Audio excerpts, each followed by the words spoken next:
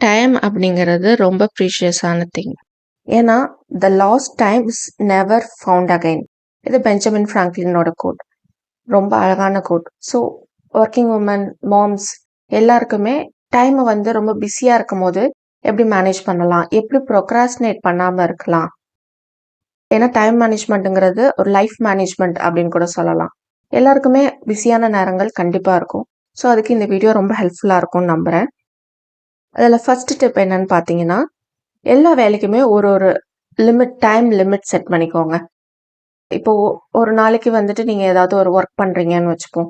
ஏதாவது ஒரு பர்டிகுலர் வேலை, ஆஃபீஸ் வேலை ஒர்க் பண்ணுறதா இருந்தாலும் சரி, வீட்டில் ஒர்க் பண்ணும்போது, இல்லை நீங்கள் ஒரு இடத்த க்ளீன் பண்ணுறீங்க அப்படின்னா கூட, அதுக்கு ஒரு 1 hour இல்லை ஒரு half an hour அந்த மாதிரி டைம் செட் பண்ணிக்கோங்க. ஒரு டைம் லிமிட்டே இல்லாமல் நீங்கள் வந்து பண்ணிகிட்டே இருந்தீங்கன்னா, ரொம்ப நேரம் இன்டெஃபினட்டாக அந்த வேலையை பார்த்துட்டு இருந்திருப்பீங்க. மற்ற வேலை எதையுமே பார்க்க முடியாது. கடைசியில் ரொம்ப இரிட்டேஷனும் ஃப்ரஸ்ட்ரேஷனும் தான் ஆகும். ஸோ எல்லாத்துக்குமே ஒரு டைம் லிமிட் செட் பண்ணிக்கோங்க. ஒருவேளை அந்த டைம் லிமிட்குள்ளே உங்களால் முடிக்க முடியலன்னா இட்ஸ் ஓகே. அடுத்த நாள் நீங்கள் அந்த வேலையை மறுபடியும் எங்கே விட்டீங்களோ அதுலேருந்து கண்டினியூ பண்ணலாம். ஸோ அதுக்குன்னு ஒரு டைம் லிமிட், ஒரு சின்ன வேலையாக இருந்தாலும் சரி, பெரிய வேலையாக இருந்தாலும் சரி, டைம் லிமிட் கண்டிப்பாக வச்சுக்கணும். அடுத்தது பார்த்தீங்கன்னா, டோன்ட் வெயிட் ஃபார் டைம். இதுக்கு வந்துட்டு ப்ரொக்ராஸ்டினேட் பண்ணாமல் இருக்கணும் அப்படின்னு கூட சொல்லலாம். ஒரு விஷயத்த இப்போ பண்ணாமல் அப்புறம் பண்ணுவோம் அப்படின்னு நம்ம தள்ளி போடுவோம். ஆனால் அதுக்கப்புறம் நம்ம பண்ணும்போது அது ஒரு சின்ன வேலையாக இருக்கும். பட் அதுக்கப்புறம் லேட்டாக பண்ணும்போது நம்ம டயர்டாக இருக்கலாம், அதனாலயா இருக்கலாம், இல்லை வந்து எக்ஸ்ட்ரா 2-3 வேலை சேர்ந்து இருக்கலாம். மொத்தத்தில் அந்த வேலை வந்து டபுள் மடங்காக நம்மளுக்கு தெரியும். அதுவும் நம்மளுக்கு தேவையில்லாத ஃப்ரஸ்ட்ரேஷனை தான் கொண்டு வரும். You will never find time for anything. If you want time you must make it. இந்த கோட்டை எப்பவும் ஞாபகம் வச்சுக்கோங்க. நம்ம தான் நம்மளுக்கான டயத்தை வந்து நம்ம மேக் பண்ணிக்கணும். ஸோ அது அந்த மாதிரி இருக்கணும்னா நம்ம வந்து அந்த டயத்துக்காக வெயிட் பண்ணக்கூடாது. கிடைக்கிற டைமில் அப்பப்போ பண்ணிடுறது நம்மளுக்கு ரொம்ப பெட்டரான விஷயம் அப்படின்னு சொல்லலாம். அடுத்தது டு டூ லிஸ்ட் பண்ணுறது எல்லாருக்குமே உள்ள விஷயம். அடுத்த நாள் வந்துட்டு என்ன சமைக்கணும், அடுத்த நாள் என்ன க்ளீன் பண்ணணும், அடுத்த ஆஃபீஸ் போகிறீங்களா, ஆஃபீஸில் என்ன ஒர்க் இருக்குது, இந்த மாதிரி டு டூ லிஸ்ட் நம்ம பண்ணுவோம். அந்த டு டூ லிஸ்ட் வந்து ரியலிஸ்டிக்காக பண்ணுங்க. சில பேர் வந்து டு டூ லிஸ்ட் வந்து பக்கம் பக்கமாக எழுதியிருப்போம். ஒரு 10, 20ன்னு எழுதியிருப்போம். அவ்வளோத்தையும் நம்மளால முடிக்க முடியுமான்னு நினச்சோன்னா கண்டிப்பாக முடியாது. ஏன்னா ரியலிஸ்டிக்காக நம்ம யோசிச்சு பார்த்தோம்னா, நம்ம ஒரு ஆள் ஒரு நாளில் எவ்வளோ வேலை பார்ப்போம். அந்த லிஸ்ட்டை படிக்கும் போதே நம்மளுக்கு வந்து டயர்ட் ஆகிடும். நம்ம எழுதும் போது நம்மளுக்கு நல்லா இருக்கும். பட் அந்த வேலையை செய்யும் போது தான் அதில் இவ்வளோ விஷயம் இருக்கா அப்படின்னு இருக்கும். ஏன்னா திடீர்னு வேற ஏதாவது ஒரு வேலை கூட நடுவில் வந்துடலாம். ஸோ அதை விட்டுட்டு நம்ம வேற வேலை பார்க்குற மாதிரி இருக்கும். At the end of the day இதெல்லாம் பண்ணி முடிக்கலாம்னு நினச்சோன்னா நம்மளுக்கு டயர்ட் ஆகிடும். ஸோ மேக்ஸிமம் ஒரு 5க்குள்ளே வச்சுக்கோங்க உங்களோட டு டூ லிஸ்ட்டை. அடுத்தது டெலிகேட் சோர்ஸ். இது நிறைய இடத்துல நான் சொல்லியிருக்கேன். எல்லா வேலையுமே நானே தான் பண்ணணும் அப்படின்னு கண்டிப்பாக நினைக்காதீங்க. அந்த மாதிரி நினைக்கிறது தப்பு. ஒரு யூடியூபர் அந்த மாதிரி போட்டிருந்தாங்க. நான் போய் கமெண்ட்லேயே நான் சொன்னேன், அந்த மாதிரி நினைக்காதீங்க, எல்லா வேலையும் நான் பண்ணாதான் எனக்கு பிடிக்கும்னு சொல்லியிருந்தாங்க. அது வந்து ஒரு இன்ஃப்ளூயன்சராக, சோஷியல் மீடியா இன்ஃப்ளூயன்சராக அவங்க அந்த மாதிரி சொல்கிறது ஒரு தப்பான விஷயமா எனக்கு பட்டுச்சு. அந்த மாதிரி இருக்கிறது எல்லாத்தையுமே நம்ம தான் பண்ணணும்னா வீட்டில் இருக்கவங்களுக்கு பொறுப்பும் வராது. எல்லா வேலையும் நம்ம பண்ணுறது வந்து ரியலிஸ்டிக்காக இருக்காது.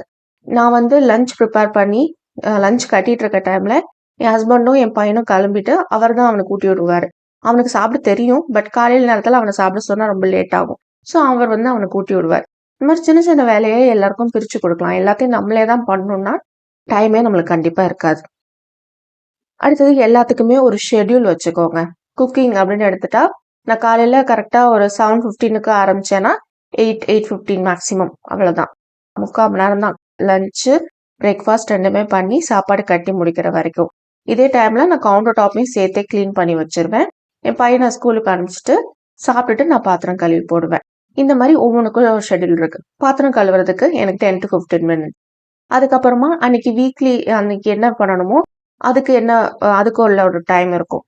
அந்த மாதிரி ஒவ்வொன்றுத்துக்கும் நம்ம ஒரு ஷெட்யூல் வச்சுக்கிட்டோம்னா நமக்கு வந்துட்டு எக்ஸ்ட்ராவே டைம் இருக்கும். இந்த மாதிரி ஷெட்யூலில் நம்ம பண்ணிடுறோம் அப்படிங்கும் போது நம்ம ஃபேமிலி கூட டைம் ஸ்பெண்ட் பண்ணுறதுக்கும் நம்மளுக்கு பிடிச்ச விஷயத்த பண்ணுறதுக்குமே டைம் இருக்கும். அண்ட் முக்கியமாக இந்த ஷெட்யூலில் உங்களுக்கான டைமையும் சேர்த்து ஒதுக்கிக்கோங்க. அடுத்தது ஒரு morning routine and evening routine கண்டிப்பாக எல்லாருக்கும் இருக்கணும். ரொட்டீன் எப்படி பண்ணுறதுன்னு ஆல்ரெடி வீடியோ போட்டிருக்கேன். லிங்க்ஸ் டிஸ்கிரிப்ஷன் பாக்ஸில் கொடுக்குறேன். விருப்பப்பட்டா செக் பண்ணி பாருங்கள்.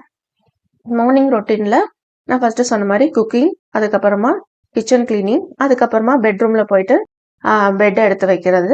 அதுக்கப்புறமா டைடி அப் பண்ணுவேன். பிரிஞ்சு கிடக்கிற ஐட்டம்ஸ் எல்லாத்தையும் எடுத்து பிக்கப் பண்ணுறதுக்கு ஒரு ஜஸ்ட் 5 மினிட்ஸ் தான் ஆகும். அதுக்கு முக்கிய காரணம் டீக்ளட்டர் பண்ணி மினிமலிஸ்டிக்காக இருக்கனால எனக்கு ஜஸ்ட் 5 மினிட்ஸ் தான் ஆகும். வீடு ஃபுல்லாகவே 5 நிமிஷத்தில் கலைஞ்சு கிடக்கிற பொருள் எல்லாத்தையும் எடுத்து வச்சிருவேன். அப்புறம் அன்னைக்கு டேல எனக்கு என்ன ரொட்டீனோ, ஆக்கம் பண்ணணுமா, மாப் பண்ணணுமா, என்ன ரொட்டீனோ அதை மட்டும் அன்னைக்கு நான் பண்ணுவேன். லாண்ட்ரி இருக்குன்னா காலைல எந்திரிச்சோடனே போட்டுருவேன். இதே மாதிரி ஈவினிங்க்கும் ஒரு சிம்பிளான ஒரு ரொட்டீன், மேக்ஸிமம் ஒரு ஹாஃப் அன் ஹவர்ல பண்ற மாதிரி, மார்னிங் ஒரு ஹாஃப் அன் ஹவர், ஈவினிங் ஒரு ஹாஃப் அன் ஹவர் வச்சிருக்கிறது நல்லது. எல்லாருக்குமே 24 ஹவர்ஸ் தான் இருக்கு. ஸோ நம்ம அந்த டைம் மேனேஜ் பண்ணணும், மேனேஜ் பண்ண முடியல, டைம் இல்லைன்னு நினைச்சிட்டு இருக்கிறது வேஸ்ட் என்ன கேட்டா. நம்மளால டைம் மேனேஜ்மே பண்ண முடியல, நம்ம கிட்ட டைமே இல்லைன்னு நினைக்க கூடாது. எல்லா மனுஷனுக்குமே 24 மணி நேரம் தான். எனக்கு 25 மணி நேரம், உங்களுக்கு 24 மணி நேரமா இருக்கு? கண்டிப்பா கிடையாது. ஆனா நம்ம என்ன பண்றோம்னா, டைமை போறதே தெரியாம கொஞ்ச நேரம் ஃபேஸ்புக்லயோ இல்ல யூடியூப்லயோ தேவையில்லாத விஷயங்களை, வேற ஏதாவது ஒரு விஷயங்களை பார்க்க ஆரம்பிச்சு அது அப்படியே கண்டினியூ ஆயிடுது. பாதி நேரம் ஃபோன்ல தான் டைம் வேஸ்ட் ஆகுது. ஸோ அந்த மாதிரி டைம் வேஸ்ட் பண்ணாம, நெகட்டிவா ஃபீல் பண்ணாம, நம்மகிட்ட டைமே இல்லை நெகட்டிவா ஃபீல் பண்ணாம இருந்தாலே நம்ம நிறைய விஷயங்களை நம்ம பண்ண முடியும். அடுத்தது டைம் மேனேஜ்மெண்ட்டுக்கு ரொம்ப முக்கியமான விஷயம், நைட்டு நல்லா தூங்கணும். உங்க ஹெல்த்துக்கு ப்ரையாரிட்டி கொடுக்கணும். நிறைய விமன் சமைச்சிட்டு எல்லாருக்கும் சாப்பாடு கொடுத்துட்டு கடைசியில மிச்சம் இருக்கிறத மட்டும் கம்மியா இருக்கும் தொட்டுக்க பரவாயில்லன்னு இருக்கிறத வச்சு சாப்பிடுறது, இந்த மாதிரிலாம் பண்ணாதீங்க. ஹெல்த் ரொம்ப முக்கியம். நீங்க ஹெல்த்தியா இருந்தாதான் மற்றவங்களையும் நீங்க பார்த்துக்க முடியும், உங்களோட வீடை நீங்க பார்த்துக்க முடியும். ஹோம்ங்கிறது எல்லாருக்கும் ரொம்ப முக்கியமான விஷயம். நம்மளோட காலையில ஹோம்ல ஆரம்பிச்சுதான் எண்டும் ஹோம்ல தான் முடியுது. ஸோ ஹோம்ங்கிறது ஒரு சாங்சுரி மாதிரி இருக்கணும். ஸோ அதை நீங்க தான் பார்த்துக்கிறீங்க. ஸோ ஹோம் மேக்கரோட ஜாப் ரொம்ப ப்ரீஷியஸான ஜாப். அதை நீங்க நல்லபடியா பண்ணணும்னா உங்க ஹெல்த் ரொம்ப முக்கியம். ஸோ ஹெல்த்துக்கு ப்ரையாரிட்டி கொடுங்க. இயர்லி ஜெனரல் செக்அப் பண்றது, இந்த மாதிரியான விஷயங்கள்லாம் கண்டிப்பா பண்ணணும். அடுத்தது கிரியேட் அ மொமெண்டம். ஏதாவது ஒரு வேலை இருக்குன்னா ஃபர்ஸ்ட் நானும் நான் ரொம்ப டைடியான பர்சன் அப்படிலாம் கிடையாது. நானும் மெஸ்ஸியா இருந்திருக்கேன். பட் நான் கத்துக்கிட்ட ஒரு விஷயம் என்னன்னா, நம்ம ஜஸ்ட் ஒரு வேலை இருக்குன்னு நம்ம யோசிச்சிட்டே இல்லாம, நான் பாத்திரம் கழுவணும் அப்படின்னு நான் யோசிச்சிட்டே இருந்தேன்னா பண்ணவே மாட்டேன். ஜஸ்ட் எந்திரிச்சு அந்த ஆப்ரானை போட்டுட்டு நான் சோப் எடுத்து வச்சு ரெடி பண்ற வரைக்கும் தான். அதுதான் அந்த மொமெண்டம். அந்த மொமெண்டம் கிரியேட் பண்ணிட்டா நான் பாத்திரத்தை கழுவி முடிச்சிருவேன். அது 2 வேளை 3 வேளை பாத்திரம் சேர்ந்து இருந்தா கூட நான் முடிச்சிட முடியும். ஸோ அந்த மொமெண்டம் கிரியேட் பண்ணுங்க. அந்த மொமெண்டம் மட்டும் கிரியேட் பண்றதுக்கு நம்மளுக்கு அலுப்பா இருக்கும். அதை கிரியேட் பண்ணிட்டோம்னா மற்ற வேலையை நம்ம ஈஸியா முடிச்சிடலாம். நம்மளுக்கு நிறையவே டைம் இருக்கும். அடுத்தது நம்மளால 2 நிமிஷத்துல நிறைய வேலையை பண்ண முடியும். சில பாயிண்ட்ஸ் நான் ஆல்ரெடி வீடியோல சொன்னது சிலது ரிப்பீட் பண்ணியிருப்பேன். அது காரணம் என்னன்னா அதெல்லாம் ரொம்ப முக்கியமானது. ஸோ இந்த 2 மினிட் ரூல் நிறைய பேர் கேட்டிருப்பீங்க, நிறைய பேருக்கு பிடிச்ச ரூல்னு கூட சொல்லியிருக்கீங்க. 2 நிமிஷத்துல என்னென்ன வேலைலாம் பார்க்க முடியுமோ அது எல்லாத்தையும் பார்க்கறது. அந்த வீடியோ லிங்க்கும் நான் டிஸ்கிரிப்ஷன் பாக்ஸ்ல கொடுக்குறேன், செக் பண்ணி பாருங்க. அதே மாதிரி 30 செகண்ட்ஸ் ரூல் இருக்கு. இது எல்லாம் எனக்கு ரொம்ப பிடிச்சது. நான் ரெகுலரா 1 இயரா நான் ஃபாலோ பண்றது. அதனால எனக்கு டைம் நிறைய இருக்கு. உண்மையை சொல்லணும்னா இவ்வளோ டைம் என் வாழ்க்கையில இருக்கிறது இப்பதான் அப்படின்னு சொல்லணும். ஏன்னா ஒரு 1.5 வருஷம் முன்னாடி வரைக்கும் என் வீடை பாத்துக்கிறதுல எனக்கு ஏகப்பட்ட டைம் ஆனிச்சு. டைம் பத்தல அப்படின்னு சொல்லிட்டு இருந்தேன்னா இப்ப டைம் நிறைய இருக்குன்னு சொல்றேன்னா அதுக்கு இந்த எல்லா டிப்ஸ், டீக்ளட்டரிங், மினிமலிசம் அண்ட் இந்த மாதிரியான சின்ன சின்ன ரூல்ஸ் தான்.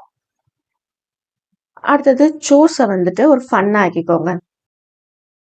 ஸ்காண்டிஷ் ஹோம் அப்படின்னு சொல்லிட்டு ஒரு யூடியூப் சேனல் இருக்கு. எனக்கு ரொம்ப பிடிக்கும் அந்த சேனல். அவங்க கிளீனிங் அதெல்லாம் போடுறது என்னமோ அது பாக்குறதுக்கு எனக்கு நல்லா இருக்கும். அவங்க போடுறதுல குக் பண்ணும்போது, கிளீன் பண்ணும்போதெல்லாம் டான்ஸ் ஆடிட்டு, பாட்டு போட்டுட்டு, இந்த மாதிரி கிளீன் பண்ணுவாங்க. அதை பார்க்கும்போது எனக்கே ரொம்ப ஃபன்னா இருக்கும். ஸோ சில சமயம் நான் வீடியோ போட்டுட்டு, இல்லை பாட்டு போட்டுட்டு ஒர்க் பண்ணிட்டு இருப்பேன். அந்த மாதிரி பண்ணும்போது நம்மளுக்கு இன்ட்ரெஸ்டிங்கா இருக்கும். இல்ல அதையும் நீங்க சோர்ஸையும் ப்ரொடக்டிவ் ஆக்க முடியும். எப்படின்னா ஆடியோ புக்ஸ் கேட்கறது மூலமா. உங்களுக்கு ஆடியோ புக்ஸ் கேட்க பிடிக்கும். தமிழ்லயும் ஆடியோ புக்ஸ் இப்பெல்லாம் அவைலபிளா இருக்கு, இங்கிலீஷ்லயும் இருக்கு. உங்களுக்கு கேட்க பிடிக்கும்னா அதை போட்டுட்டு நீங்க அதை ப்ரொடக்டிவாவும் மாற்ற முடியும் உங்களோட சோர்ஸ்.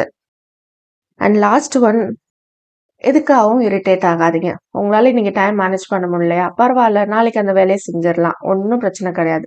பெர்ஃபெக்ஷன் எதுவுமே ஒன்றும் கிடையவே கிடையாது பெர்ஃபெக்ஷன். ஸோ அந்த வேலை முடிஞ்சாலே நம்மளுக்கு போதுமானது.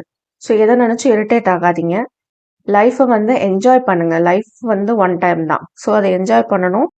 அண்ட் வந்து முக்கியமான விஷயம் சிம்பிளிஃபை பண்ணணும். நம்ம எல்லாத்தையும் சிம்பிளிஃபை பண்ணிட்டோம் அப்படின்னா லைஃப் ரொம்பவே ஹாப்பியாக இருக்கும், என்ஜாயபிளாக இருக்கும். சிம்பிளிஃபை பண்ணுறதுக்கு டீக்ளட்டரிங் பண்ணுறது ரொம்ப முக்கியமான விஷயம். நம்ம சேனலில் டீக்ளட்டரிங் வீடியோஸ் நிறையா இருக்குது. அதை கண்டிப்பாக பாருங்கள். உங்களுக்கு தேவையில்லாத திங்ஸை ரிமூவ் பண்ணுங்கள். லைஃப் ரொம்பவே ஹாப்பியாக இருக்கும்.